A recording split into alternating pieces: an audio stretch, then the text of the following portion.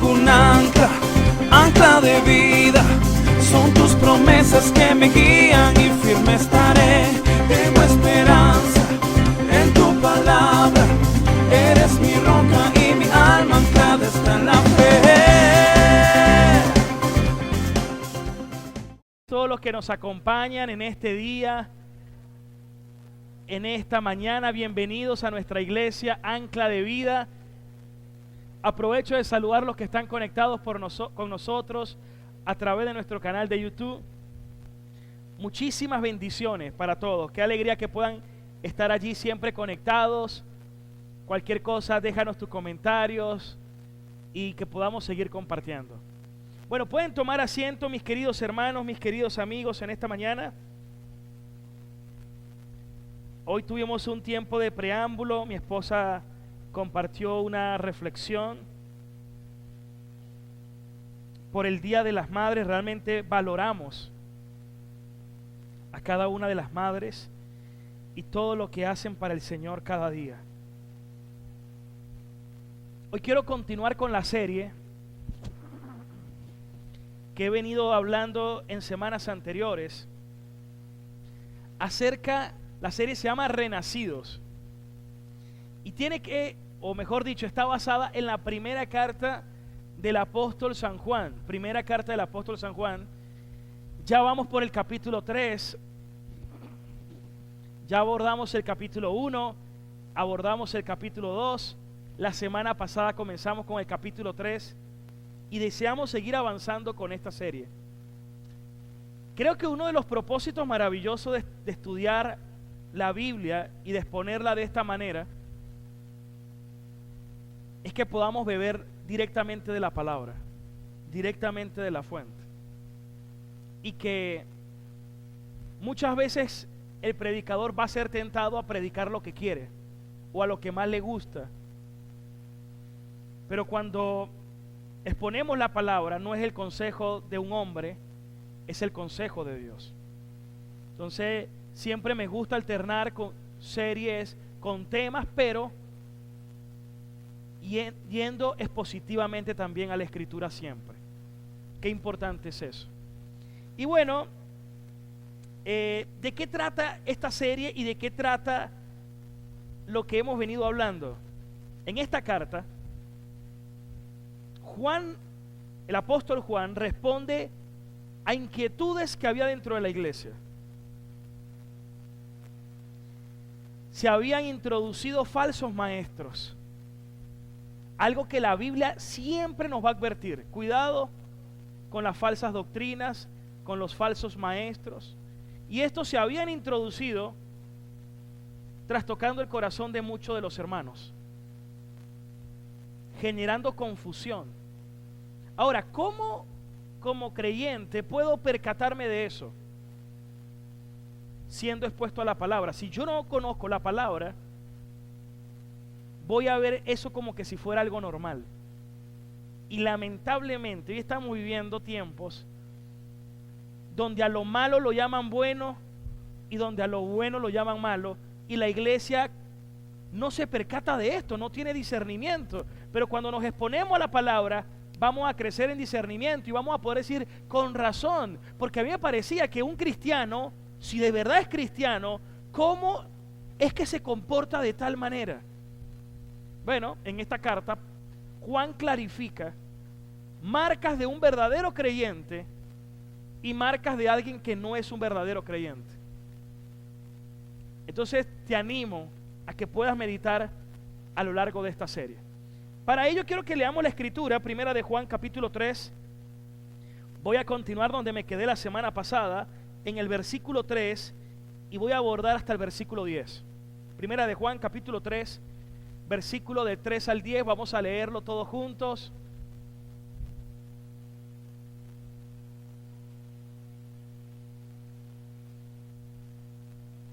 Dice así la palabra: y todo aquel que tiene esta esperanza en el Señor se purifica a sí mismo, así como el Señor es puro.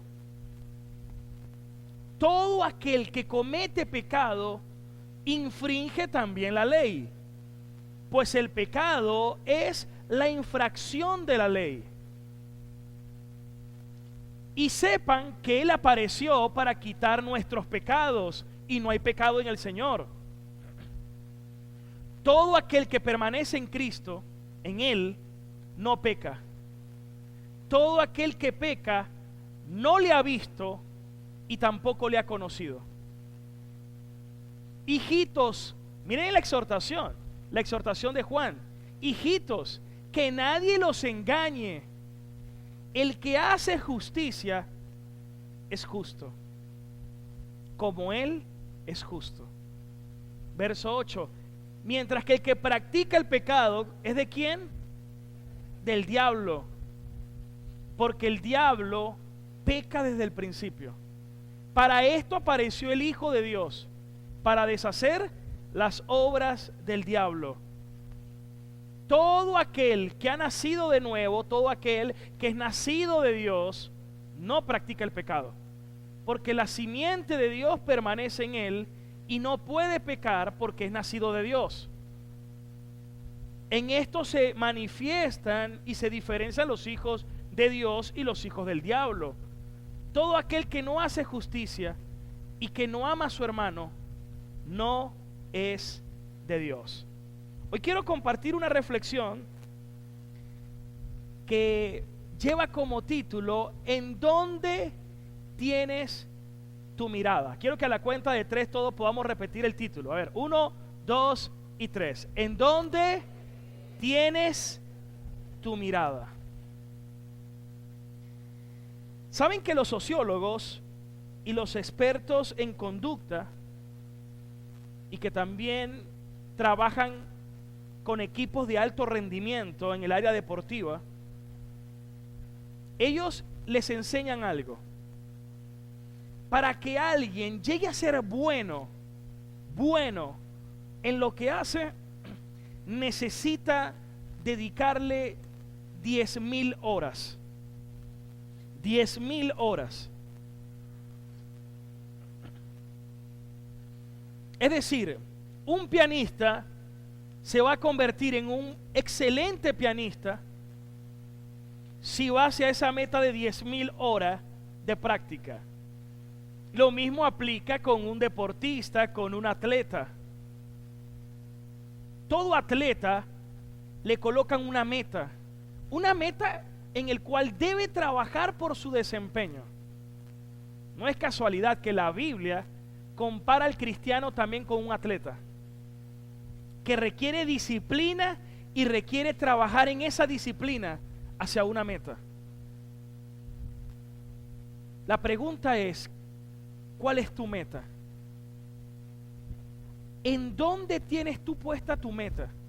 O mejor dicho, ¿en dónde tú tienes puesta tu mirada? ¿Cuál es esa meta? Según esta escritura, según la palabra que estamos estudiando, Juan dice en dónde debemos fijarla. Y esto sirve como repaso de la semana pasada, porque en primera de Juan 3:1, el verbo que Juan utiliza, primera de Juan capítulo 3 versículo 1, dice: miren, fíjense, presten atención, observen, contemplen, dense cuenta con cuál amor nos ha dado el Padre para que seamos llamados hijos de Dios. Por esto el mundo no nos conoce, porque no le conoció a Él. Pero dice, miren acerca de este amor tan grande, que es el amor del Padre. Versículo 2. Todo esto es un repaso porque lo prediqué la semana pasada. Ahora somos hijos de Dios, dice Juan, pero todavía no se ha manifestado lo que nosotros vamos a hacer. Pero sabemos que cuando Él se manifieste, Cristo, nosotros seremos semejantes a Él y lo veremos tal como es Él. Y aquí viene el versículo 3. Todo cristiano necesita caminar con una meta. Necesita caminar con una esperanza. anhelando ese día cuando el Señor se manifieste y nosotros seamos manifestados semejantes a Él. Hace tiempo prediqué acerca de esto. La vida cristiana pudiésemos resumirla en 3 aspectos fundamentales. Pablo lo dice muchísimas veces a lo largo de toda la Escritura. Él habla de 3 virtudes: fe, amor y esperanza. ¿Cuántos dicen amén? A ver, todos juntos, diga fe, amor y esperanza. Y Pablo siempre habla fe de en quién hemos creído cuando somos justificados por la fe. Amor en cómo nos conducimos a lo largo de toda la vida cristiana. Y esperanza porque en dónde tenemos puesta la mirada. ¿Cuál es tu esperanza? Perdónenme, hermanos. ¿Cuál es tu esperanza? Hoy en día muchos ignoran acerca de esto, pero en la Biblia la esperanza es un mandamiento. La Biblia te enseña que tú debes aguardar la esperanza. Tú debes estar velando día y noche por tu esperanza. Pero la mayoría no sabe eso. La mayoría no está esperando. La mayoría no tiene una esperanza clara. Le voy a decir lo que algunos cristianos creen que es la esperanza. Bueno, espero que mi matrimonio sea restaurado. Espero que me suban de puesto en mi trabajo. Espero que mi finanza mejore. Pero, aunque oro para que todo eso suceda, la Biblia no está hablando de eso. La esperanza que habla la Biblia es cuando el Señor Jesucristo se ha manifestado en su reino y nosotros estemos con el Señor en su reino eternamente. Cuando estemos en la ciudad celestial, en ese cielo nuevo y en esa tierra nueva. Hoy batallo como ustedes no se imaginan con mi carne, porque mientras tengo esta carne, batallo todos los días con mi propio ser, con mi propia naturaleza, con mis propios pensamientos, con mis propias debilidades. Pero la Biblia dice que llegará el día donde yo recibiré un nuevo cuerpo y seré transformado por el Señor. Anhelo con todo mi corazón ese día. Anhelo cuando ya yo no vea borrosamente, sino que pueda ver con claridad al Señor manifestado, porque entonces ese día seremos manifestados con Él. En otras palabras, seremos transformados y perfeccionados a la imagen del Señor. ¿Cuántos dicen amén a eso? Denle un fuerte aplauso a Jesús.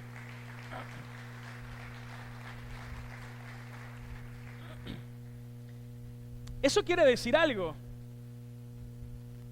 ¿Qué es lo que te motiva a vivir tu vida cristiana? Vamos a hacernos esa pregunta en esta mañana. Quiero escuchar 5 de ustedes o 3 de ustedes. ¿Qué es lo que más te motiva en tu vida cristiana? ¿Qué es lo que te motiva a querer vivir, por ejemplo, en santidad, en pureza? Porque volvamos al versículo 3, primera de Juan 3:3. Todo aquel que tiene esta esperanza se purifica a sí mismo porque Él es puro. La pregunta es, ¿por qué tú quieres purificarte? ¿Por qué tú quieres vivir la vida de esta manera? ¿Qué es lo que te motiva a ser cristiano? ¿Qué es lo que te motiva en tu diario vivir? Me gustaría escuchar a 3 o 5 de ustedes.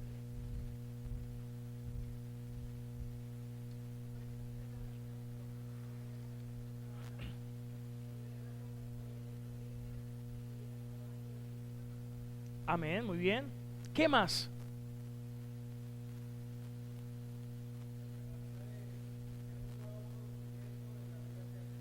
Amén. Un mayor conocimiento acerca de la vida eterna.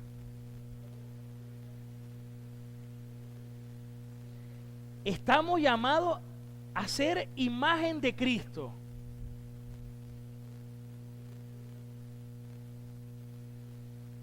Amén. ¿Qué más?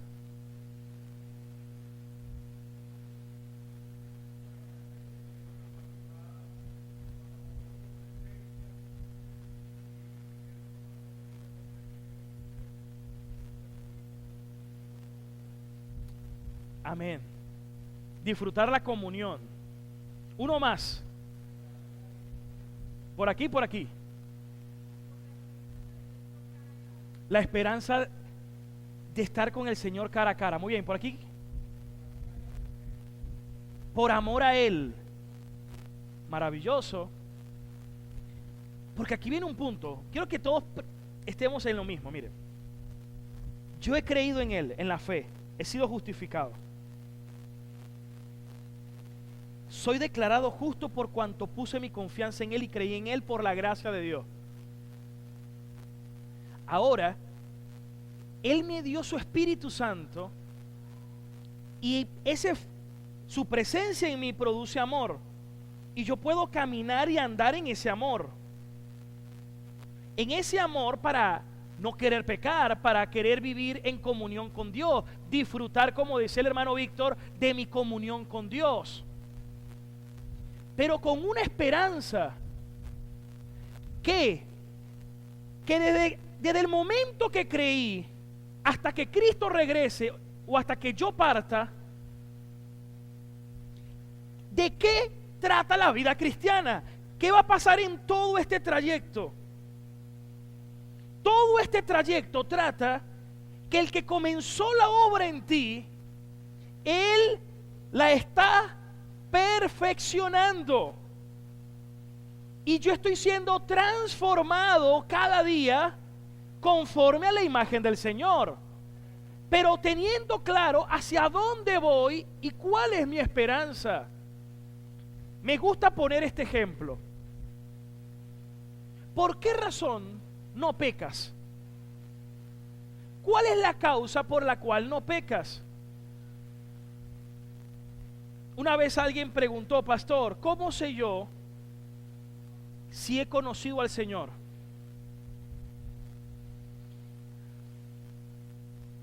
¿Qué te gustaba hacer antes? Me gustaba gastar mi dinero en alcohol. Me encantaba estar con mis amigos y mujeres y gastar mi dinero en eso. Y llegaste a estar con distintas mujeres, claro, y me gustaba eso. Ok, ¿qué tal si sigues haciendo eso? ¿Cómo? Sí, ¿qué tal si sigues haciendo eso? No sería capaz. ¿Y por qué no sería capaz? Porque no me gusta eso, porque ya no quiero hacer eso, porque no quiero fallarle a Dios, no quiero desagradar al Señor, y es más, ya no me agrada nada de eso. Bueno, significa que el Señor ha hecho la obra en tu vida. Porque el hecho de que ahora tú puedas darte cuenta de eso y que ahora en ti hay un nuevo amor, no el amor por las cosas del mundo, como dice en el capítulo 2, cuando dice: no ames al mundo ni las cosas del mundo, porque si alguno ama al mundo, el amor del Padre no está en él. Las pasiones de la carne, las pasiones de los ojos, la vanagloria de la vida no provienen del Padre, sino del mundo. La pregunta es: ¿cuál es el amor que hoy está en ti? ¿El amor por el Padre o el amor por el mundo? ¿Qué es lo que te inclina? ¿Qué es lo que tu corazón se desvive? ¿El amor del Padre o el amor del mundo? Eso es lo que estaba diciendo. Ahora, mientras estoy aquí, pensemos en algo. Pensemos en el crimen perfecto. ¿Cuál es el crimen perfecto? Aquel crimen que tú puedes hacer y que jamás va a ser descubierto. Puede ser una infidelidad, el robo de un banco, no sé, el crimen que tú dices: este es el crimen perfecto, y nadie jamás te va a descubrir, nadie jamás lo va a saber. La pregunta es: si supieras que nadie te descubre, y que nadie lo sabrá, de igual forma lo harías. La pregunta sería ¿por qué? Porque si alguien dice no lo haría, porque yo sé que aunque si nadie me estuviera viendo, sé que el que verdaderamente me importa me está viendo, que es Cristo. Hermanos, yo con mi esposa puedo hablar, Fiorella, he tenido situaciones en mis pensamientos. Ora por mí, porque he tenido pensamientos que me han estado cargando. Ora por mí para fortalecerme. ¿Por qué puedo llegar a ese nivel de luz? Por el amor de Cristo, hermano. Porque usted cree que uno le va a querer decir esas cosas a su pareja. ¿Usted cree que el hombre caído quiere decirle esa cosa a su pareja? No, esconde. No, mi teléfono no lo toques.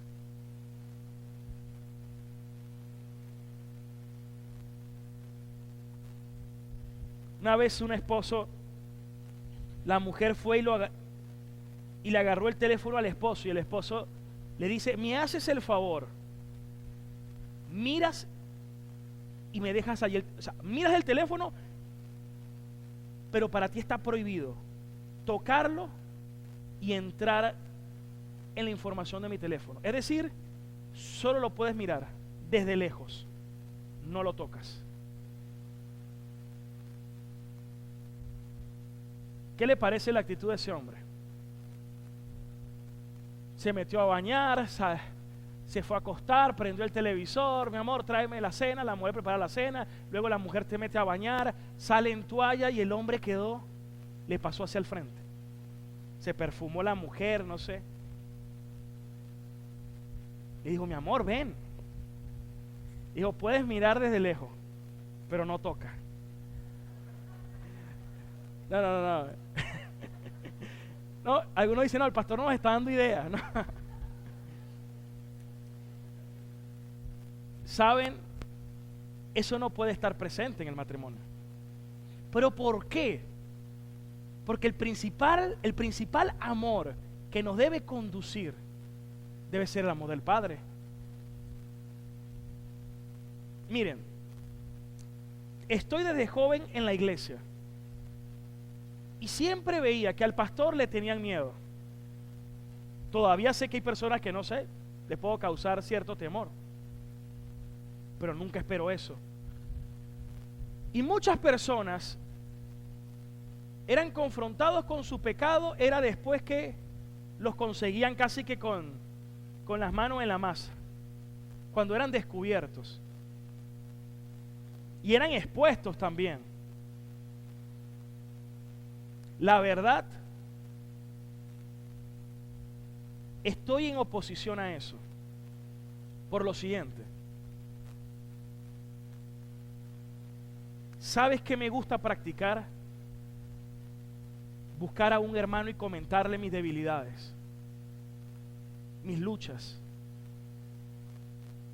y pedirle que ore por mí para fortalecerme en oración. No es fácil, pero una de las cosas que motivo a los hermanos es: aquí yo no estoy ni para juzgarte condenatoriamente, aquí estoy más bien para ayudarte. Si un día toca disciplinar, se disciplina, pero es una disciplina de amor, porque queremos tu restauración, tu crecimiento en el Señor. ¿Tienes hermanos maduros en la fe con el cual tú puedas conversar y que nadie se escandalice, sino más bien que pueda orar por ti y ayudarte a que tú puedas avanzar en el crecimiento de tu vida espiritual? Hacia allá debemos avanzar todos. ¿Cuántos toman esa enseñanza, hermano? Diga: esa palabra es para mí. Dele un fuerte aplauso al Señor.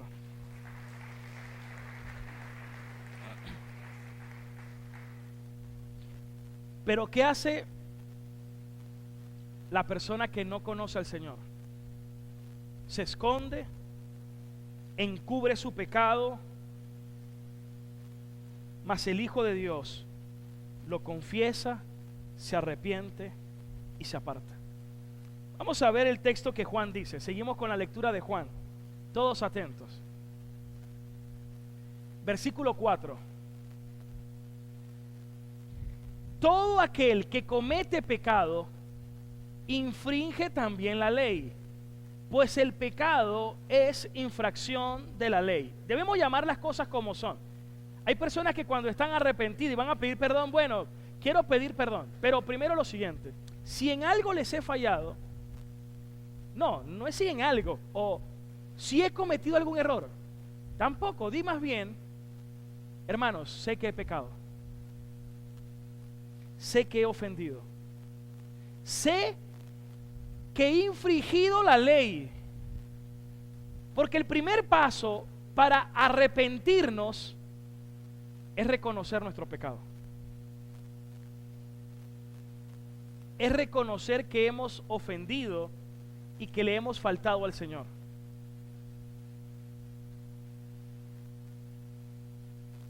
Aquí viene algo maravilloso, algo que podemos descubrir en la gracia de Dios.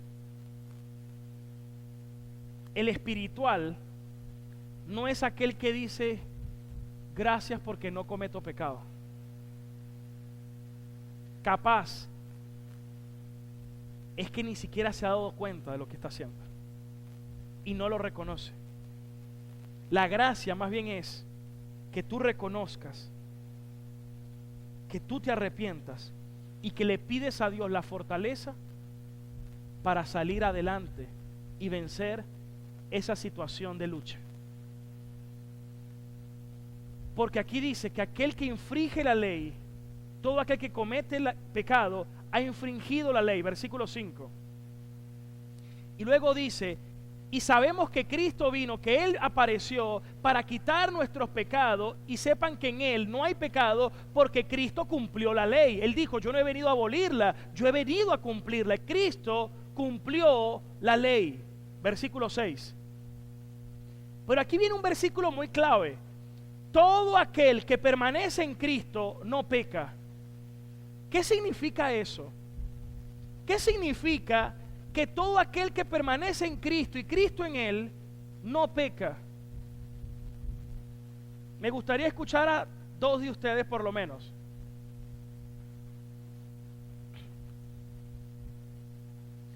¿Qué significa que el que permanece en él no peca?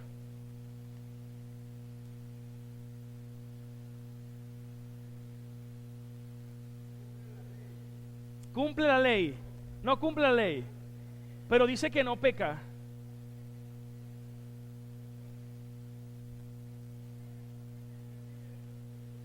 ¿Cómo?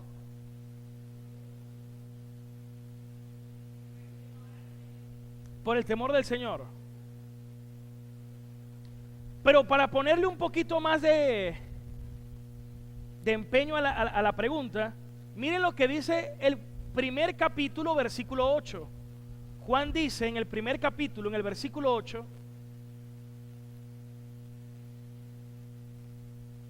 si decimos que no tenemos pecado, nos engañamos a nosotros mismos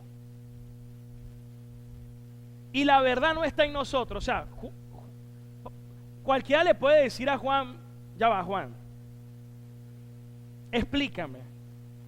Tú dices que si decimos que no tenemos pecado, somos mentirosos y la verdad de Dios no está en nosotros. Pero también me dices que si digo que, pero también dices que aquel que comete pecado es porque no ha conocido a Dios, porque el que conoce a Dios no peca. Entonces, o peca o no peca. Pareciera que se estuviera contradiciendo, pero no se está contradiciendo. La pregunta es: ¿qué tenía Juan en mente cuando dice que el que dice que no tiene pecado está mintiendo? ¿Y qué tenía en mente cuando dice en el versículo 6 de primera de Juan 3, cuando dice ahora que todo aquel que permanece en él no peca? Bueno, el primer paso de un hijo de Dios es reconocer su condición de pecado.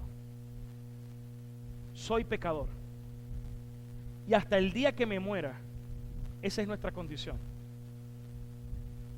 Pecadores regenerados. Martín Lutero decía, justos y pecadores. Ahora, ¿qué significa que todo aquel que permanece en él no peca? Bueno, la palabra, el verbo o la palabra más clave de todo este capítulo, que se repite más, es el verbo permanecer. Y Juan está diciendo que todo aquel que permanece en Cristo no permanece en pecado. ¿Por qué no permanece en pecado? Porque el Hijo de Dios, que ha nacido de nuevo, cuando peca, se duele, lo sufre, nunca más va a pecar y lo va a disfrutar y lo va a sentir dulce, sino que lo va a sentir amargo y doloroso, y se va a arrepentir, lo va a confesar y se va a alejar. En otras palabras, no permanece en el pecado. En otras palabras, no practica una y otra y otra y otra como que si nada pasara. El que ha nacido de Dios tiene el regalo de Dios de que se va a arrepentir y se va a alejar de eso. Esa es una gracia de Dios. ¿Cuánto le da un fuerte aplauso al Señor? Se va a arrepentir y se va a alejar de eso. ¿Cómo sabemos que alguien no ha recibido la gracia? Peca y no le duele y sigue pecando y sigue pecando. Y si tú lo confrontas, se excusa, se justifica, no se arrepiente. Lo toman con las manos en la masa y se encubre, se justifica. Pero ¿cómo te vas a justificar si aquí lo tienes en tus manos? No, este no soy yo. Se parece, pero no. Ese día yo no estaba ahí. Pero ese eres tú, mira. No, eso es un error, eso es un montaje.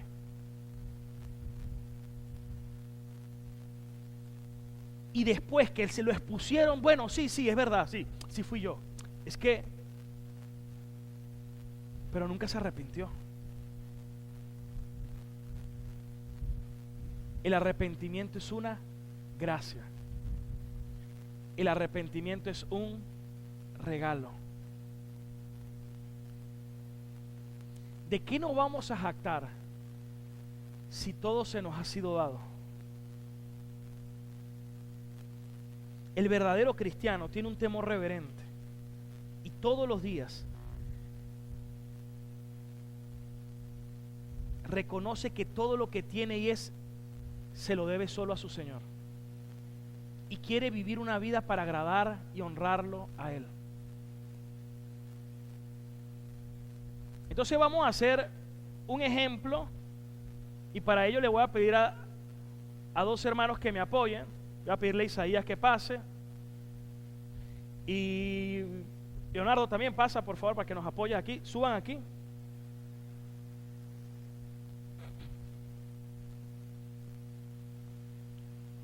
Isaías por aquí, por este lado. Gracias. Y Leonardo por este lado, muy bien. Y vamos a ver el contraste que Juan enseña. No lo enseño yo, lo enseña Juan. Juan dice, todo aquel que permanece en Él, en el Señor, no peca. Primera característica, no peca. Eso es sinónimo de que practica la justicia.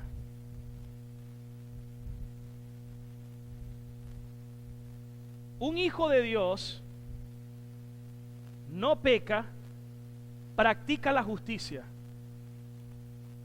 Todo aquel que peca no le ha visto ni le ha conocido. Entonces, el que no es hijo de Dios peca no practica la justicia. Entonces vamos a evidenciar el contraste de un hijo de Dios y de alguien que no es hijo de Dios. Ahorita te ponemos el nombre, tranquilo. Es solamente de ejemplo. El que es hijo, el que no es hijo de Dios. Este no peca, practica justicia, es decir, cuando peca se arrepiente, no permanece en el pecado. Este no. Este peca y sigue y pasa un año, pasan 2 años y sigue con su broma. No se arrepiente. Sigamos, versículo 7. Hijitos, que nadie los engañe. Esa es la exhortación. Porque el que hace justicia, practica la justicia, es justo porque Dios es justo. Versículo 8. El que practica el pecado es de quién. A ver, dígalo fuerte, ¿es de quién? Del diablo. Vamos a ponerle ya sabemos cuál es tu nombre. Como dicen los orientales, hijo del diablo. Hijo del diablo.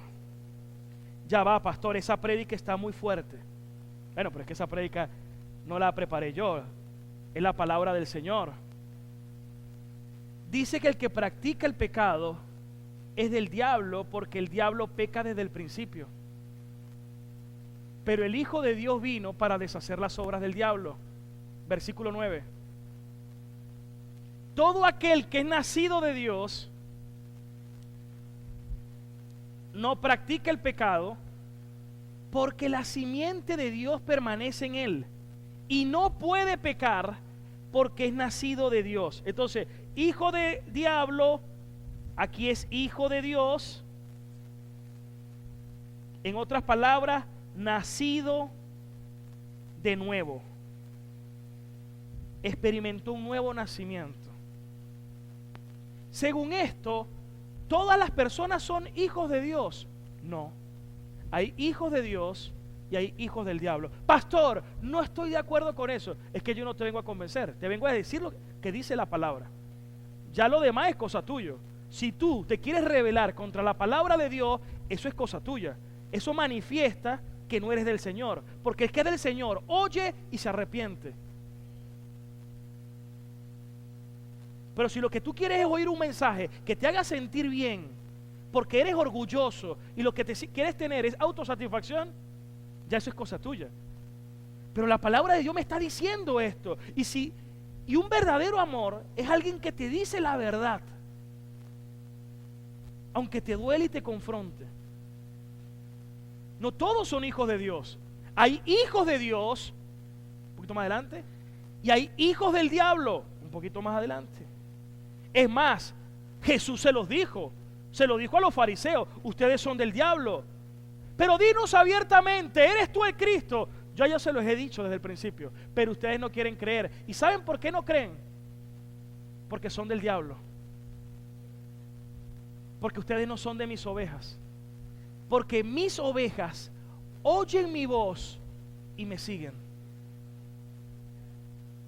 Hay gente que siempre se va a justificar y va a encontrar razones para no seguir a Cristo. No, es que los pastores, claro, yo sé que cuántos pastores también han hecho perversidades. ¿Estoy feliz por eso? De ninguna manera. Se los voy a decir con mi corazón en la mano. Hay veces que hasta por eso mismo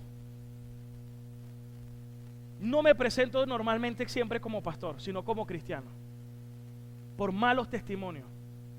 Pero cuando me recuerdo lo que dice la palabra de quién es el príncipe de los pastores, digo con humildad: humildemente soy un siervo del Señor.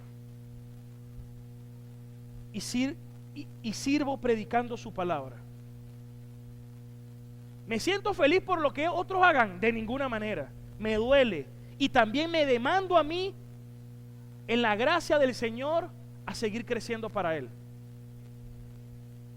Pero hay gente que siempre se va a justificar para seguir en su conducta. El Hijo de Dios se va a arrepentir.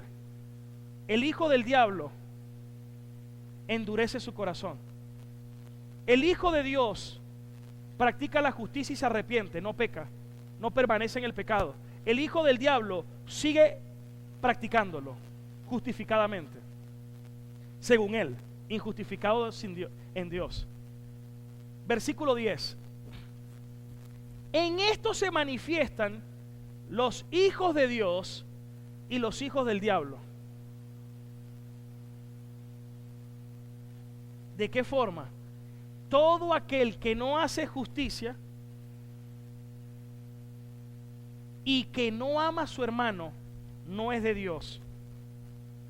Otra característica: no ama a su hermano. Característica de un hijo de Dios: ama a su hermano.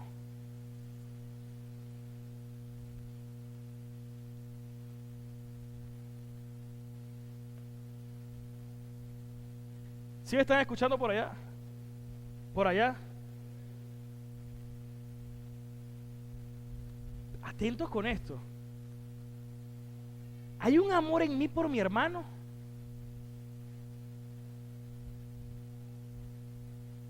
¿Con quién prefieres estar? ¿En qué reunión? En una reunión donde lo que domina son los deseos del mundo, o en una reunión donde compartimos acerca del amor del Padre.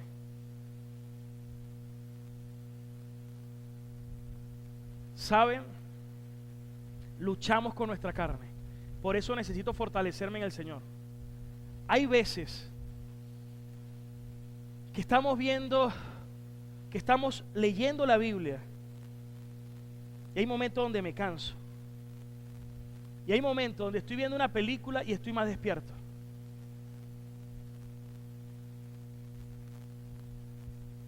Y eso es un motivo para decirle: Señor, me arrepiento. Yo quiero amarte cada día más. Entonces hay gente que dice: no tengo tiempo para orar ni para leer la Biblia. Pero se vieron no sé cuántos capítulos de la temporada y hasta se trasnocharon. Y cuando le dices: te invito a la iglesia, no tengo tiempo, no es que estoy cansado. Hermanos, sacamos el tiempo para lo que para nosotros es importante. Sacamos el tiempo para aquello que para nosotros es valioso. Eso manifiesta qué amor está dominando mi corazón. ¿Cuál es el amor que está dominando mi corazón? ¿Qué debo hacer?, me dirá alguien. Lo primero es reconocer, incluso decir: Señor, me arrepiento porque no me sé arrepentir. Yo sé que debería sentir dolor y no lo siento. Soy indiferente. Sé que debería cambiar y ni siquiera tengo ganas. Pero te pido que tengas misericordia de mí y me ayude. Al menos estás reconociendo. Al menos estás siendo sincero y estás diciendo: Señor, sé que no me duele como me debería doler. Hay personas que a veces vienen a la iglesia y vienen llorando, destrozados: pastor, estoy mal, estoy perdiendo mi matrimonio. Y la pregunta que le hago es: ¿qué te importa más? ¿Restaurar tu matrimonio o restaurar tu relación con Dios? Y muchas veces lo que se deja ver es que lo que no quiere es que lo saquen de su casa y que la mujer lo corra. Pero en su fondo, en lo profundo, lo vuelven a dejar entrar y al tiempo lo vuelve a hacer. La pregunta clara es: cuando lloraba porque estaba arrepentido. No. El verdadero arrepentimiento se centra en Dios. He pecado contra Dios, he faltado a Dios y he ofendido a mi esposa. ¿Está bien restaurar mi matrimonio? Sí, pero reconociendo que tú primero necesitas restaurar tu relación con Dios, porque si no, lo vas a seguir haciendo una y otra y otra y otra vez.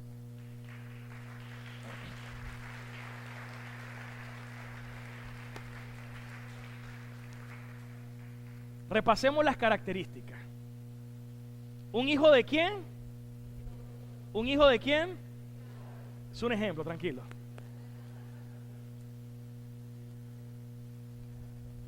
Practica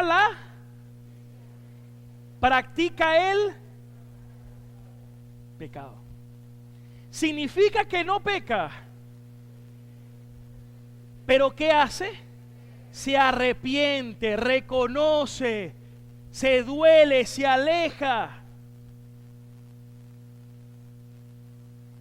Mientras que él es indiferente. Le tengo un cuadrito por ahí, una foto. Vamos a ver esta fotico. Esta es la foto de cada uno de ellos. Leonardo e Isaías. No, pero el ejemplo, tranquila. Aquí hay dos animalitos. Un armiño europeo y uno que produce unas chuleticas bien sabrosas. Los dos tienen características completamente diferentes. El armiño es un animal demasiado peculiar. Él no tolera ensuciarse. Él no tolera enlodarse. Él cuida su pelaje que esté completamente limpio. Su piel o su pelaje vale muchísimo dinero. Cazarlo no es tan fácil, también es muy rápido. Pero las trampas que usan es llenar toda la cueva de lodo para que cuando pase por ahí y se enlode, eso lo afecta tanto que se neutraliza queriéndose limpiar, y en vez de correr, lo que busca es limpiarse. Y ahí lo atrapan. Porque su obsesión es estar limpio. Por otro lado, el cerdo, cuando consigue un charco, yo nací para esto. Le encanta enlodarse, le encanta revolcarse en el lodo, permanece en el lodo. El armiño no. Si se ensució, va rápidamente a limpiarse porque no tolera la suciedad. El cerdo no. El cerdo dijo: si para esto nací. ¿Con cuál de los dos te identificas? Sinceramente, ponga la mano en su corazón. Dígale: Señor, examina mi corazón y pruébame. Santifícame, Señor. ¿Con cuál de los dos te identificas? Incluso él se puede ensuciar, pero va a correr para limpiarse. Dos naturalezas diferentes. ¿Y sabes qué dice el apóstol Pedro? Como el perro que vuelve al vómito y como cerdo que vuelve al lodo, es el hombre que cada vez vuelve a su pecado.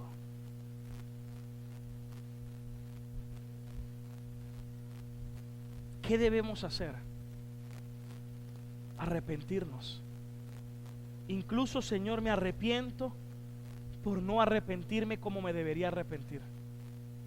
Y te pido y clamo por tu ayuda para que yo pueda ser rescatado. ¿Cuántos toman esa palabra? ¿Cuántos le dan un fuerte aplauso al Señor?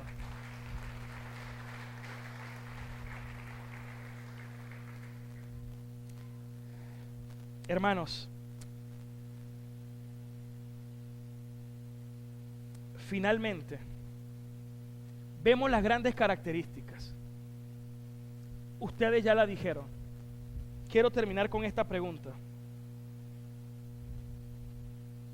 Y la pregunta es la siguiente. Viendo este capítulo donde se contrasta los hijos de Dios y los del mundo en términos de justicia, pecado, amor, odio, vida, muerte, me faltó esa. Los que están aquí permanecen en vida. Versículo siguiente, a ver, mientras suena la alabanza de Primera de Juan, dice el versículo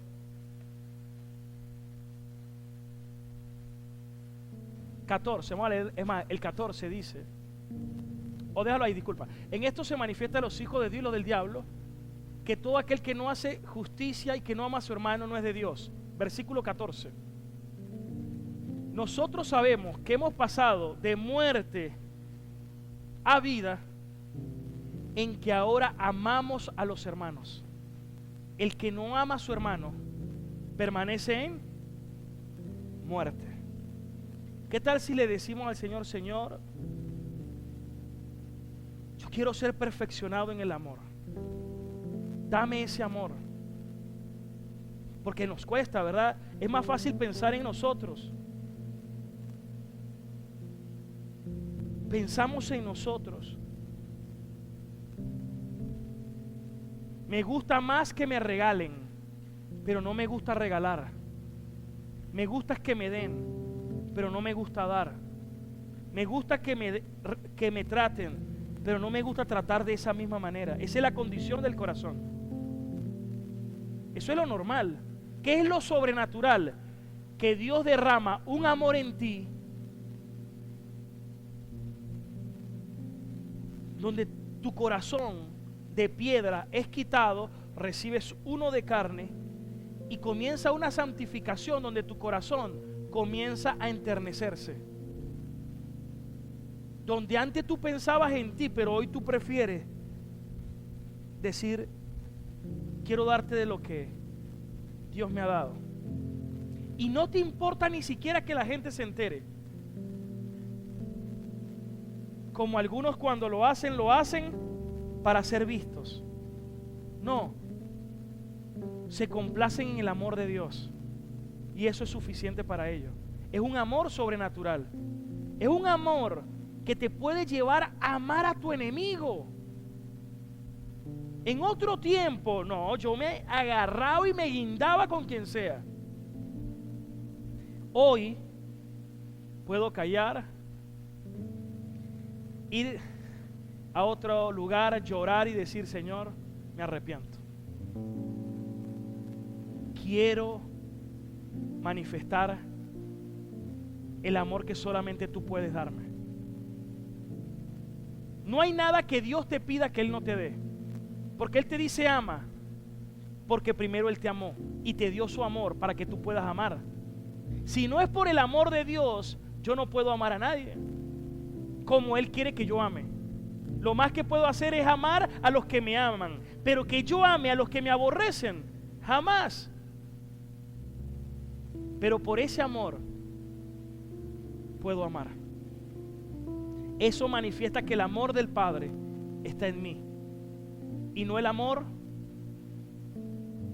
del mundo. ¿Qué tal si hoy le pedimos a Dios en oración y le decimos al Señor, Señor, gracias, yo quiero crecer en ese amor porque mi mirada está puesta en ti.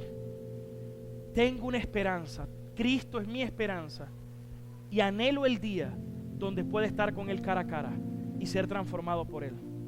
Vamos a estar de pie, hermanos, vamos a orar. Muchas gracias, Isaías. Llévatelo de recuerdo para que no lo olvide, Leonardo. Llévatelo de recuerdo. Yo tengo un ancla de vida. Son tus promesas que me guían y firme estaré.